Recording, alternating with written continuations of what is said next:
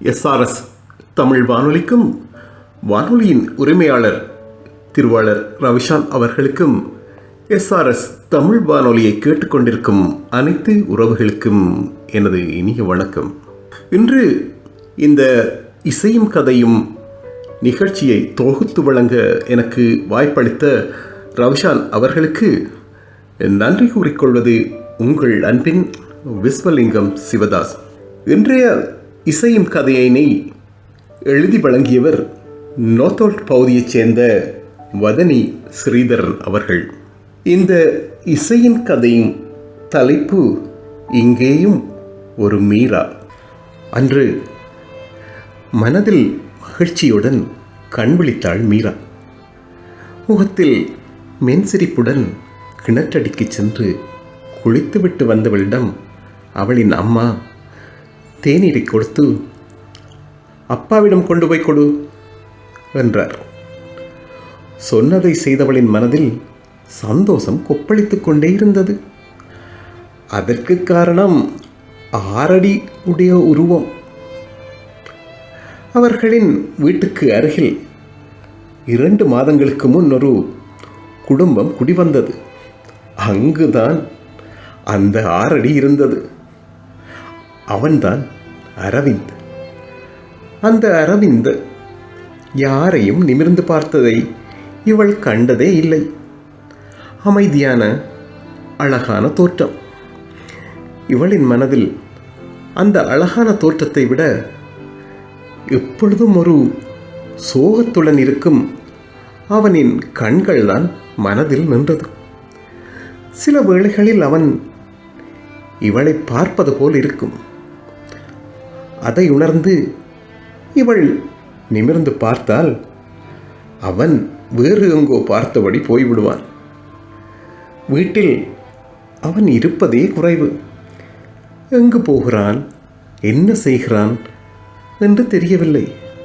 ஆனால் ஒரு சிலர் அவன் நாட்டின் விடிவுக்காக போராடும் ஒருவன் என்று கதைத்தார்கள்.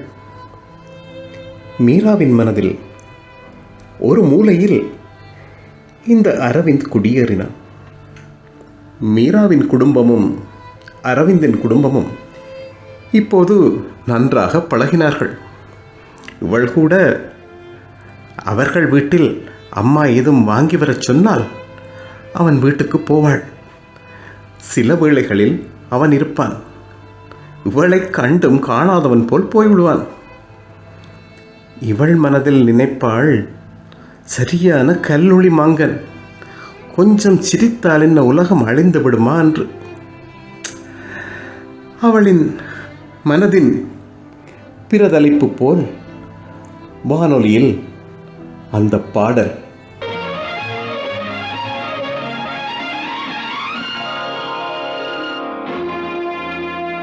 உன்னிடத்தில் என்னை கொடுத்தேன், உன்னை உள்ளமெங்கும் அள்ளி தெளித்தேன். உன்னிடத்தில் என்னை கொடுத்தேன், உன்னை உள்ளமெங்கும் அள்ளி தெளித்தேன். உறவினில் விளையாடி வரும் கனவுகள் பல கோடி. உறவினில் விளையாடி வரும் கனவுகள் பல கோடி. உன்னிடத்தில் என்னை கொடுத்தேன், உன்னை உள்ளமெங்கும்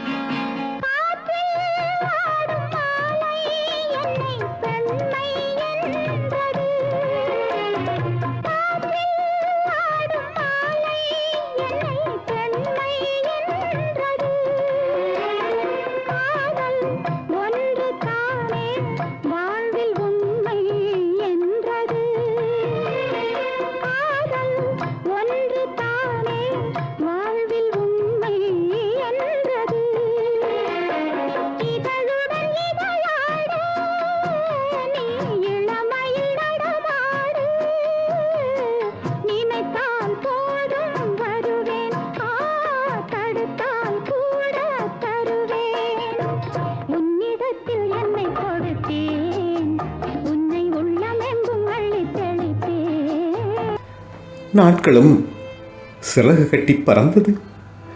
நாட்டில் பிரச்சனைகளால் வாழ்க்கை சீரற்று சென்றது. அப்பாவும் அம்மாவும் உயர்தர படிப்புடன் அவளின் படிப்பு போதும் என்று சொல்லிவிட்டார்கள். இந்த நாட்டில் படித்துத்தான் என்ன செய்வது? வெளிநாட்டு மாப்பிள்ளையாய் பார்த்து அங்கு அனுப்பிவிடலாம் என்பது அவர்களின் யோசனை. தங்கைகள் இருவரும் பாடசாலை போக அவள் வீட்டில் இருந்தாள். மீராவின் மனதில் ஒரு மூலையில் இருந்த அரவிந்த் இப்பொழுது அவளின் மனம் முழுவதுமாய் வந்து அமர்ந்து கொண்டார். அதற்கு காரணம் அவனின் நேர்மையான பார்வையும் எந்த பெண்ணையும் நிமிர்ந்து பாராத அந்த குணமும்தான். ஆனால் அவனின் மனதில் அவள் இருப்பாளா? இதை எப்படி அறிவது?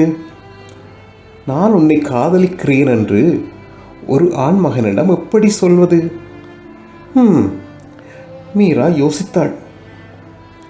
ஒரு தலை காதலாக நாட்கள் சென்று கொண்டிருக்க அதிசயமாக ஒரு நாள் அரவிந்த் இவளை பார்த்து, ஹலோ, எப்படி இருக்கிறீர்கள் என்றார். அந்த ஒரு வார்த்தையை கேட்டதும் இவள் மனதில் பட்டாம்பூச்சிகள் பறந்தன. எங்கும் பூமழை தூவின. முகம் சந்தோஷத்தில் மலர, நான் நல்லா இருக்கிறேன், நீங்கள் என்றாள் மெதுவாக. அதற்கு அவன் ஒரு புன்சிரிப்பை பரிசாக தந்துவிட்டு சென்றான். அதன்பின் அவன் பொதுப்படையாக ஒரு சில வார்த்தைகள் அவளை கண்டால் கதைப்பது வழமையாச்சு. இந்த வேளையில் ஜெர்மனியில் இருக்கும் அவளின் அண்ணா அவளுக்கு கல்யாணம் பேசி கடிதம் போட்டார். அப்பாவுக்கும் அம்மாவுக்கும் மிகுந்த சந்தோஷம்.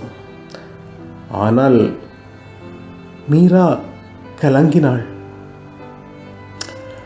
அரவிந்த் அவளை விரும்புகிறான் என்று அறிந்தாலாவது வீட்டில் சொல்லி போராடலாம். காதலுக்கு எப்பொழுதும் எதிர்ப்பு இருக்கத்தான் செய்யும்.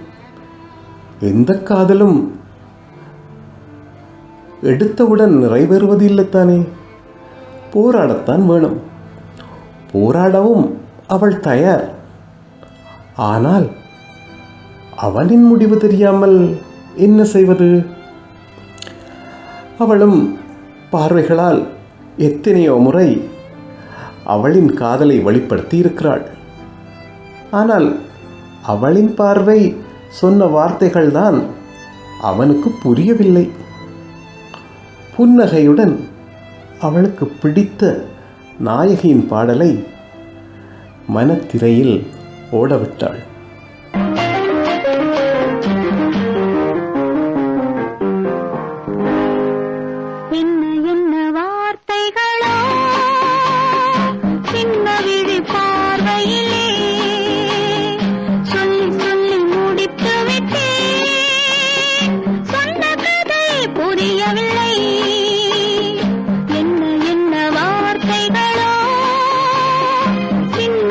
பார்வையிலே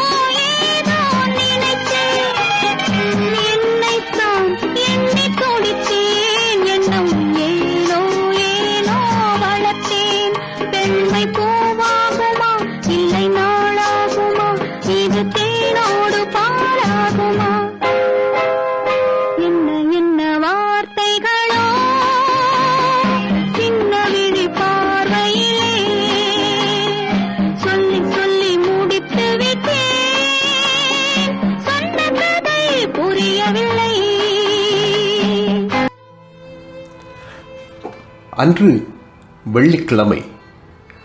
அருகில் உள்ள பிள்ளையார் கோவிலுக்கு போவது மீராவின் வழக்கம். அன்றும் யோசனையுடன் கோயிலுக்கு சென்று கொண்டிருந்தாள். கோயிலுக்கா என்ற குரலில் நிமிர்ந்து பார்த்தாள். சைக்கிளில் வந்த நால்வரில் ஒருவன் கேட்க, மற்றவன் சிரித்தபடி, இல்ல அக்கா கோயிலுக்கு போறாடா என்றான். மனதில் எரிச்சல் மண்டியிட்டது. பெரிய பகுடிதான் என்று இவள் மனதில் திட்ட, இன்னொருவன் இவளை, காதல் கொட்ட தேவையானியடா என்றார். இவர்களுக்கு வேறு வேலை இல்லை. நாட்டிலோ நிலைமை சரியில்லை.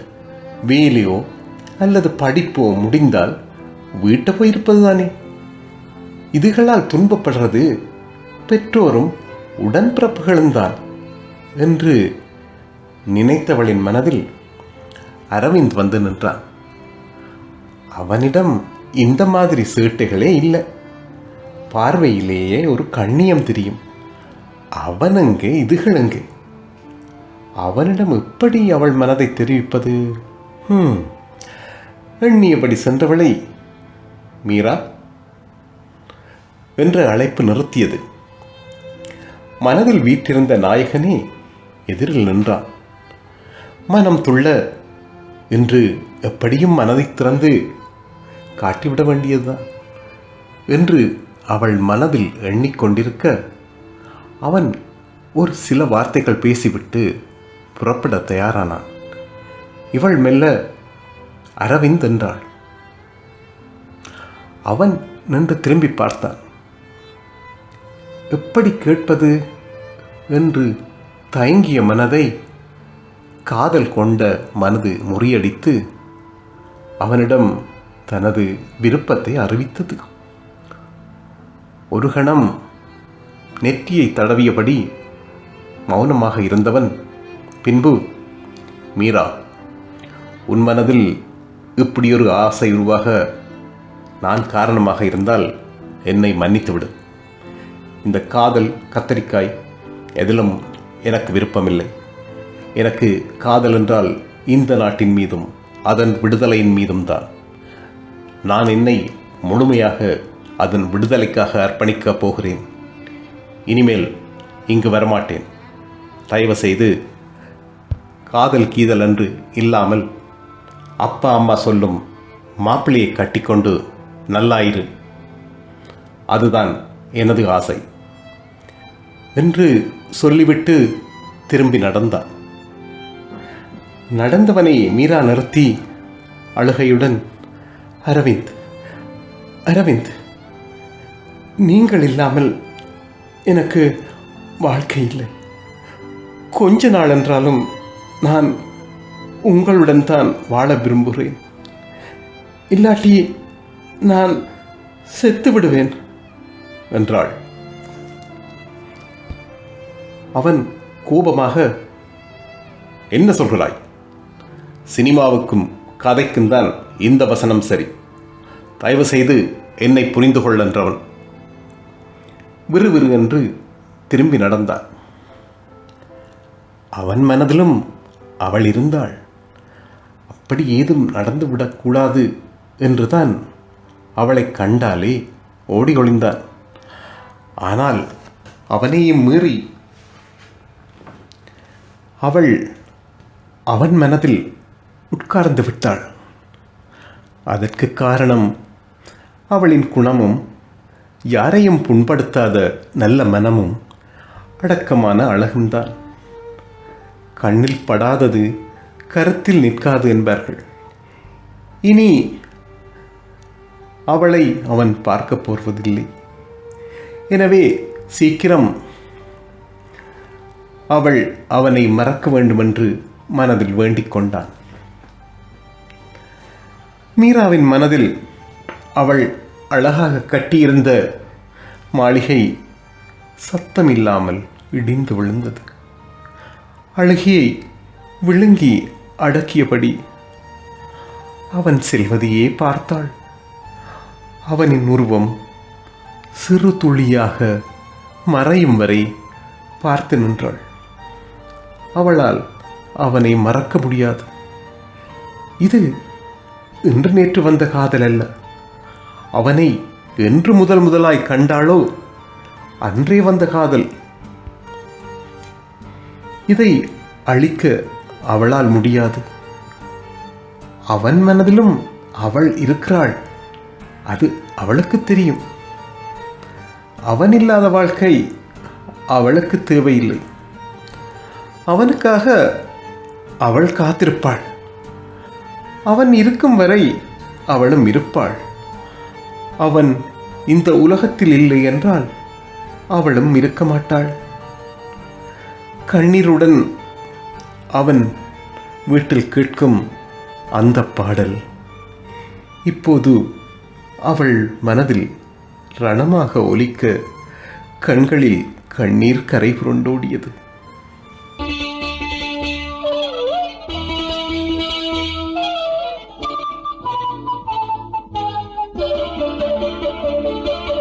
தென்னங்கீற்றில் தெங்கள் வந்து மோதும், என் தேசமெங்கும் குண்டு வந்து வீழும்.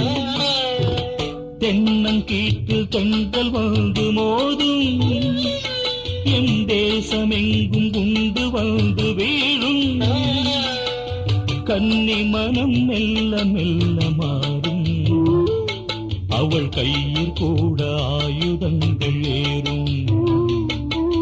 கன்னி மனம் மெல்ல மெல்ல மாறும், அவள் கையில் கூட ஆயுதங்கள் ஏறும். தென்னங்கீற்றில் தெங்கள் வந்து மோதும், என் தேசமெங்கும் குண்டு வந்து வீழும்.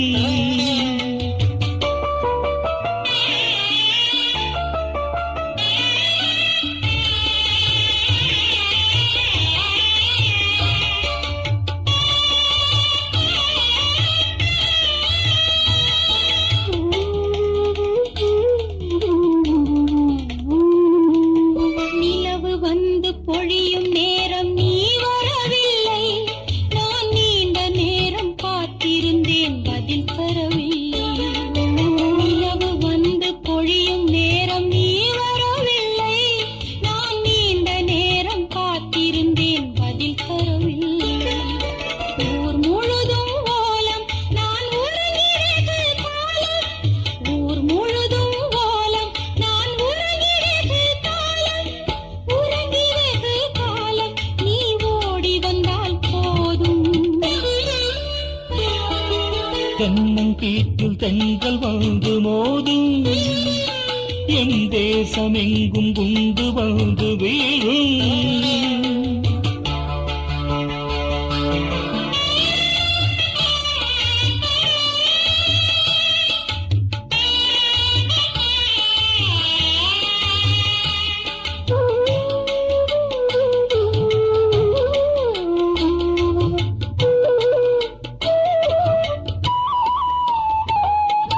காவலுக்கு வந்த பேய்கள் கடிக்கும் நாளையில் ஒரு காதல் என்ன மாலை என்ன இந்த வேளையில்.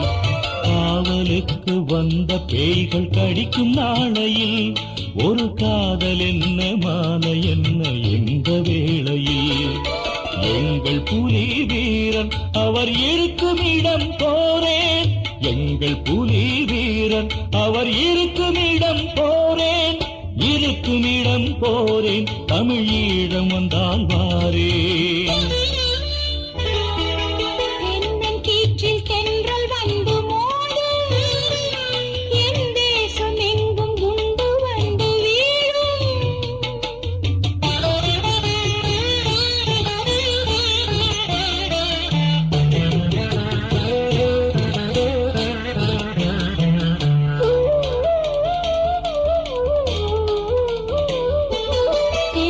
வந்து தொட்டு என்னை கேலி செய்தது, நீ சென்ற இடம் சொன்ன பின்பு வேலி போட்டது.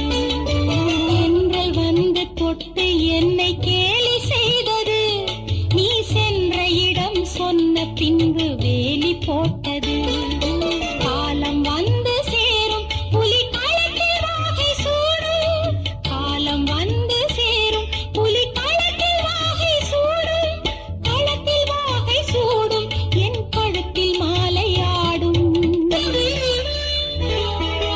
தென்னங்கீற்று தென்றல் வந்து மோதும் என் தேசமெங்கும் குண்டு வந்து வீழும்.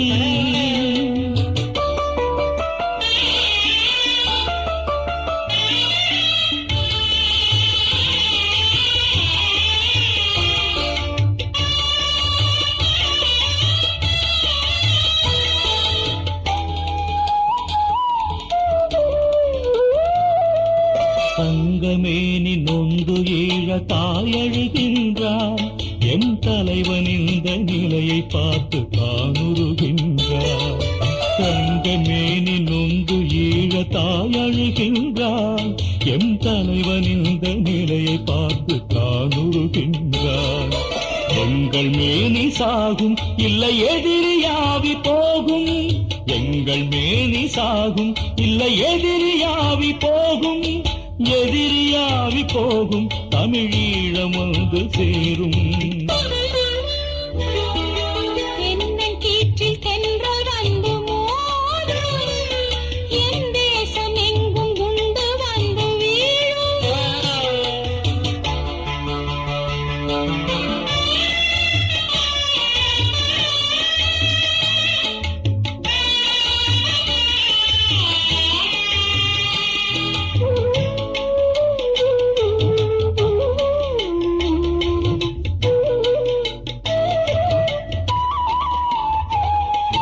உன்னை நெஞ்சில் தூங்க வைத்து பாட்டு பாடுவேன், எம் உரிமைக்காக நானும் வந்து படையில் சேருவேன்.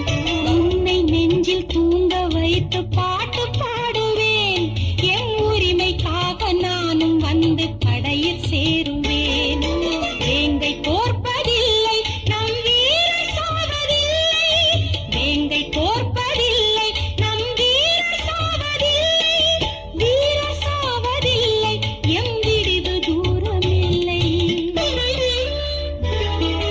தென்னங்கீற்று தென்றல் வந்து மோதும் என் தேசமெங்கும் குண்டு வந்து வீழும். கன்னி மனம் மெல்ல மெல்ல மாறும், இவள் கையில் கூட ஆயுதங்கள் ஏறும். கன்னி மனம் மெல்ல மெல்ல மாறும், இவள் கையில் கூட ஆயுதங்கள் ஏறும். தென்னங்கீற்று தென்றல் வந்து மோதும் என் தேசமெங்கும் குண்டு வந்து வீழும். மீரா கண்ணீருடன் கோயில் கோபுரத்தை பார்த்தாள். அது உயர்ந்து நிமிர்ந்து நின்றது. அரவிந்தும் அதுபோல்தான். அவள் மனதில் மட்டுமல்ல, எல்லோர் மனதிலும் உயர்ந்து நிற்பான் என்று நினைத்தவள் கண்களை துடைத்துவிட்டு கோயிலுக்குள் சென்றாள். கோயில் குருக்களின் மகள் இந்தியாவிலிருந்து கொண்டு வந்து வைத்திருந்த ராமர் கிருஷ்ணர் சிலைகளுடன் இருந்த மீரா சிலை வழமை போல் இல்லாமல் இன்று அவளை பார்த்து சிரிப்பது போல் இருந்தது. அந்த மீரா கண்ணனுக்காக, இந்த மீரா அரவிந்துக்காக. கண்களில் நீர் நிறைந்து கன்னத்தில் வழிந்தோடியது. அது வெறும் கண்ணீர் துளிகள் அல்ல, அவளின் உடைந்த இதயத்திலிருந்து வந்த இரத்த துளிகள். இதுவரை நேரமும் SRS தமிழ் வானொலியில் நீங்கள் கேட்டு ரசித்தது நோத்தோல் பகுதியைச் சேர்ந்த வதனி ஸ்ரீதரன் அவர்கள் எழுதி வழங்கிய இசையும் கதையும் இங்கேயும் ஒரு மீரா. உங்கள் ஆக்கங்களும் SRS தமிழ் வானொலியில் ஒலிபரப்ப விரும்பினால் 00447549004300 என்ற இலக்கத்தின் வாட்ஸ்அப், வைபர் அல்லது SRS ரவிஷான் என்ற முகநூல் ஊடாக ஆக்கங்களை அனுப்பி வையுங்கள். எனக்கு இந்த வாய்ப்பினை தந்த SRS தமிழ் வானொலிக்கும் திருவாளர் ரவிஷான் அவர்களுக்கும் நன்றிகளை கூறிக்கொண்டும் மீண்டும் ஒரு நிகழ்வின் ஊடாக உங்களை சந்திக்கும் வரை உங்களிடமிருந்து விடைபெற்றுக் செல்வது உங்கள் அன்பின் விஸ்வலிங்கம் சிவதாஸ். நன்றி, வணக்கம்.